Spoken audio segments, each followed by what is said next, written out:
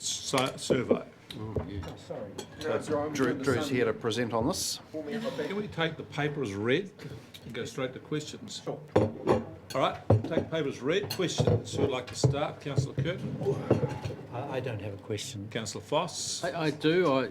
I had it highlighted. There's a couple of questions in there, particular to farming, or some of the results. It says something like, here we go. What page are you on? I'm just trying to find that, sorry. Stella's just done a graph, and Stella's just done a thing on me. Page 101. Right at the top there, one of the responses says, this is what residents expect. The questions are posed, or at least it's been interpreted, overseeing the environmental performance of farmers and growers, i.e. that's what we're supposed to be doing. Fair enough. But there's nothing in there, or is it somewhere else, such as overseeing the environmental performance of food processors and manufacturers. Why are we particular to farming here? Yeah, so these are baseline questions that were added in for the last survey in 2019, and so we deemed that we'd hold them in for this for the following 2-year period since we had them as a benchmark and measure against them. So we didn't add in additional questions. We've merely just asked them again, and it's given us a sense of trajectory against 2019 numbers. Okay, I understand that, Yep. but a consistency. Well, when's the next one? Is that annual? They're 2 yearly. 2 yearly? Well, just well in front of the next one. Can we just recalibrate? Because there does seem to be a theme of maybe an unconscious bias coming through there. And I understand a bit of history, so if we could just do that, because it actually is quite a feature in this particular survey. Thank you. Certainly. All right, Tapani. Sure. No, it was a screen recording, You know what? so. Not yet, sorry. Foley. Van Bake. Right, would someone move the report be received? Just before we do, is there any headline conclusion that you wanted to convey to council? If I might, it was just one, a couple of very quick points. I know we're under a time pressure. So, just that in the 4 slides that measure us and show where we stand against water, against air, land, and the other services that we provide, in this sequence of slides, it shows performance on the left and the importance below. And I just wanted to draw attention to the fact that in every measure that we asked the community, with the exception of improved water security and making rivers and streams more swimmable, we always sit in the upper quartile, which means so we're seen to be we're seen by the community to be doing important work, but we're also performing in all of those areas. So when I look at this slide for water, the same for air, the same for land, and the same for the other services, which make up the rest of what the Regional Council delivers on. Everything that we ask the community in terms of the work that we do, they said it's all important and also that we're performing well. So that's one point, and the only other one that I would like to raise is just there, which concerned me, was when we asked who is the main organisation in Hawke's Bay that looks after the environment from the community's perception.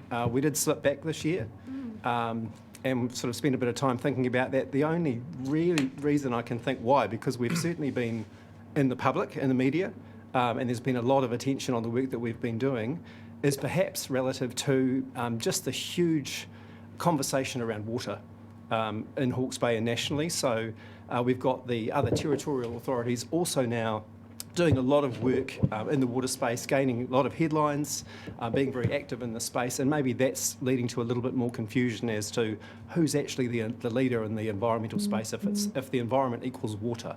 So that might be leading that drop back for us, but certainly we've been very proactive. I'll give you an alternative explanation. Sure. Is that this council was given the opportunity to call itself Environment Hawke's Bay, but chose not to. So it says it's not interested in the environment. Right. Any other? Councillor Williams, did you have a question? Okay. Would someone like to move that? One question, if I may, please, Mr. Chair. Oh, sure. Yeah. Nice and simple. So when was the survey actually done? It was March through May. This year, 21. This year, 2021, yes. Okay. Would someone like to move? I'm happy to move. Councillor Ormsby, Councillor Van Beek, all those in favour will say aye. Contrary, no. Carried. Thank you. Thank you. Report from the CDM group. You see I'm boxing along because we've got a few things to do here. Shall we just take this one as read? Okay, this one is read. It's pretty straightforward. Anybody like to, any questions about the report? No questions about it? Councillor Foss would like to move. I would like to move, Chair. All right. Sorry, Mr Chair. Where can I get some information around the process being undertaken to introduce permanent iwi representation? That's part of the national reforms being undertaken to the emergency management legislation. But it's not something that we necessarily have to be guided on legislation, given that joint committees can have representation voluntarily created by councils. That's a dialogue going to Māori committees, I think, from memory. The Māori committee is going to meet directly with CDM in their offices sometimes too. So, yeah, that's an issue I'd have thought they could have picked up from there. Yeah, it's actually already been passed the Māori committee. There was a paper that was put through Yep. some months ago. Yep. The actual detail at a national level is still being worked through as to what that looks like. But I think, as the Chief Executive has indicated, there is some discretion at a regional level. So, Follow up all for it. yeah, no, it's very good. It's really sort of come to the fore, and I expect to see something done about it. Thank you. Okay, so we have a mover and a second for the CDM report. We do. Who was the second? Van Beek. All right. All those in favour say aye.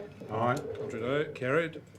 Mr Chair, I must say, when you were sitting next to me and we actually were approving, your booming voice was really helpful, but I just feel a long voice here right now. What's going on? Councillors? All right. We'll send some reinforcements. Eyes down looking councillors. We're now on to the report from the Regional Planning Committee. Who's going to Take this as read, take Chair. this as read? Very good. Thank you. All right. Are there any questions on this? Councillor Williams? Councillor Van Beek? Councillor Foley? Councillor Ormsby? Councillor Tapani? Foss? Curtin? McElroy? No questions, right. Someone care to move that the report be received? Or approve the recommendation? Someone like to move? Happy one or I'm happy to. Happy can't. Oh. I cannot.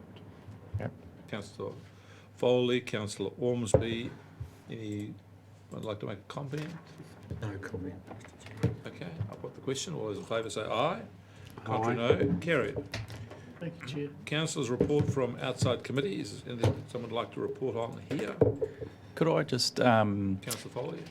yeah, just more a request. So the Future Farming Trust has been for some time now looking for an iwi representative on the Future Farming Trust. So perhaps if any of our Māori committee or RPC members here today, or anyone in the public watching, have any perhaps suggestions around a tangata whenua that's perhaps interested or experienced in farming matters, we'd love to have someone join us on that, around that table. So yeah, any feedback would be most appreciated.